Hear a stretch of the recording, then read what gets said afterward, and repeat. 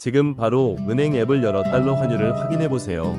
어제 미국 연준이 금리를 또 내렸는데 우리 원화는 오히려 약해지고 있거든요.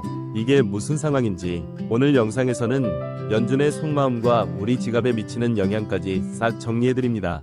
어젯밤 미국 연방준비제도가 기준금리를 0.25%포인트 내렸습니다. 이로써 미국 기준금리는 3.5에서 3.75%가 됐어요. 9월부터 3번 연속 내린 겁니다. 자, 여기까지만 들으면 좋은 소식 같잖아요. 금리 내리면 돈이 풀리고 경기가 살아나니까요. 그런데 시장 반응이 좀 묘했습니다. 뉴욕 증시가 처음엔 환호했다가 금방 고개를 숙였거든요. 왜 그랬을까요? 저는 이걸 매파적 금리 인하라고 부릅니다. 금리는 내렸는데 메시지는 차갑다는 뜻이에요. 제롬 파월 연준 의장이 기자회견에서 이렇게 말했습니다. 현재 금리가 중립금리 범위 상단에 있다. 앞으로는 데이터를 보면서 신중하게 가겠다. 쉽게 풀면 이겁니다. 이번에 한 번 더 내리긴 했는데 내년엔 별로 안 내릴 거야. 실제로 연준이 발표한 점도표를 보면 내년 금리 인하 횟수가 단 한 번으로 줄었어요. 시장에서는 두세 번 기대했거든요. 기대와 현실의 온도차가 생긴 겁니다. 여기서 한번 생각해볼까요? 연준은 왜 이렇게 조심스러워졌을까요? 첫 번째 이유는 물가입니다. 미국 인플레이션이 아직 목표치인 2%까지 안 내려왔어요. 파월 의장도 인정했습니다. 물가가 좀 끈적끈적하다고요. 두 번째 이유는 트럼프 관세입니다. 내년에 관세가 본격적으로 적용되면 수입 물가가 오를 수 있거든요. 연준 입장에서는 불확실성이 커진 거예요. 그래서 연준은 양적 긴축도 끝냈습니다. 양적 긴축이 뭐냐면요. 연준이 갖고 있던 채권을 팔아서 시중에 풀린 돈을 걷어들이는 겁니다. 이걸 멈췄다는 건 더 이상 돈을 빨아들이지 않겠다는 뜻이에요. 금리 인하와 양적 긴축 중단, 두 가지를 동시에 하면서 시장을 달래려는 모습입니다. 자, 이제 우리 이야기로 넘어갈게요. 미국이 금리를 내리면 한국과의 금리 차이가 줄어듭니다. 지금 우리나라 기준금리가 3%니까요. 미국과의 차이가 0.5에서 0.75%포인트로 좁혀졌어요. 이론적으로는 원화 가치가 올라야 합니다. 달러보다 원화 매력이 높아지니까요. 그런데 현실은 정반대입니다. 원달러 환율이 1470원대에서 놀고 있어요. 몇 달 전만 해도 1400원 미치였거든요. 정부가 긴급하게 환율 안정 태스크포스를 가동했을 정도입니다. 내가 왜 이러고 있지? 이런 생각이 드실 수 있어요. 달러가 왜 이렇게 센 건지요? 이유가 있습니다. 미국 경제가 너무 튼튼해요. 연준이 내년 미국 경제 성장률 전망치를 오히려 올렸거든요. 8%에서 3%로요. AI 투자붐, 데이터 센터 건설, 소비 호조, 이런 것들이 미국 경제를 떠받치고 있습니다.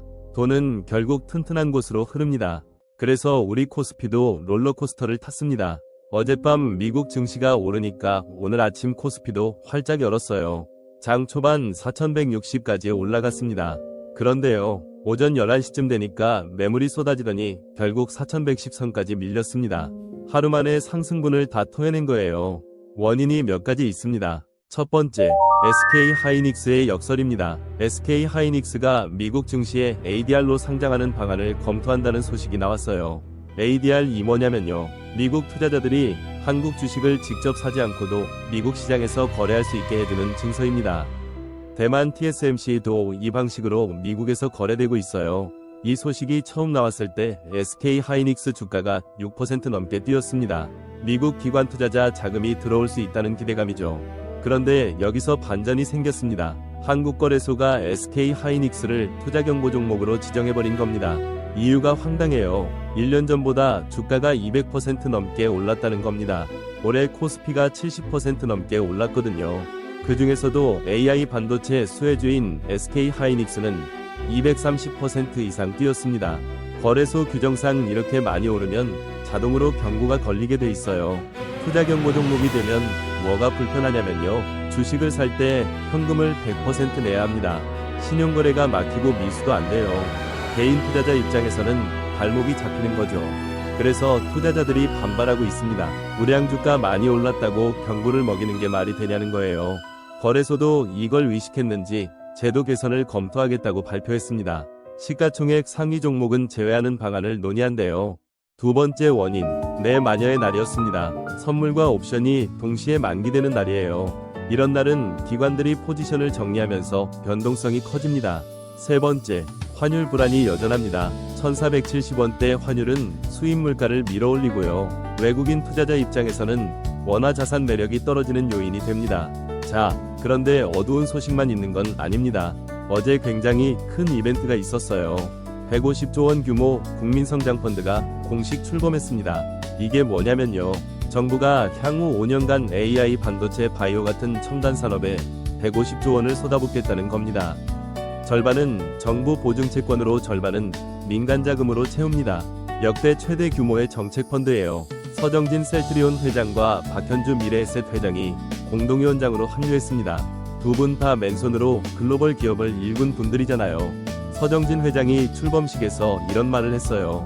예전에 명동에서 사채 쓰면서 사업했는데 이런 펀드가 생기다니. 젊은 스타트업들에게 너희 뒤에는 조국이 있다, 마음껏 해보라고 말해주고 싶다. 산업별로 보면 AI에 30조 원, 반도체에 21조 원, 모빌리티에 15조 원, 바이오에 12조 원, 이렇게 배분됩니다. 1호 투자처로는 전남 해남 국가 AI 컴퓨팅 센터와 용인 반도체 클러스터가 유력합니다. 물론 펀드만으로 다 해결되는 건 아닙니다. 규제도 함께 풀어줘야 해요. 자율주행, 데이터 활용, 드론 비행, 이런 것들이 여전히 묶여 있거든요. 그래도 150조 원이라는 숫자 자체가 주는 메시지는 큽니다. 정리해볼게요. 미국 연준이 금리를 내렸지만 내년에는 속도를 늦추겠다고 선언했습니다. 우리 원화는 여전히 약하고 환율 불안이 지속되고 있어요. SK 하이닉스는 미국 상장을 검토하면서 주가가 뛰었지만 투자경보 종목이라는 복병을 만났습니다. 그리고 150조 원 국민성장펀드가 출범하면서 첨단산업 투자에 물꼬가 트였습니다. 결국 핵심은 이겁니다. 미국의 영향력에서 벗어나기 어렵지만 우리만의 성장 동력을 만들어가야 한다는 거예요. 환율이 1470원이면 해외여행 비용이 늘어나고 수입 물가도 오릅니다. 반대로 우리 수출 기업들에는 유리하죠. 혹시 지금 달러 예금을 고민하고 계신 건 아니신가요? 환율이 높을 때 달러를 사면 나중에 환차손을 볼 수 있어요. 반대로 지금이 정점이라면 팔아야 할 타이밍이기도 하고요. 답은 아무도 모릅니다. 중요한 건 이런 흐름을 알고 판단하는 겁니다. 오늘 영상이 도움이 되셨다면 구독과 좋아요 부탁드립니다. 구독해주시면 매일 경제 흐름을 쉽게 정리해드릴게요. 다음 영상에서 또 뵙겠습니다.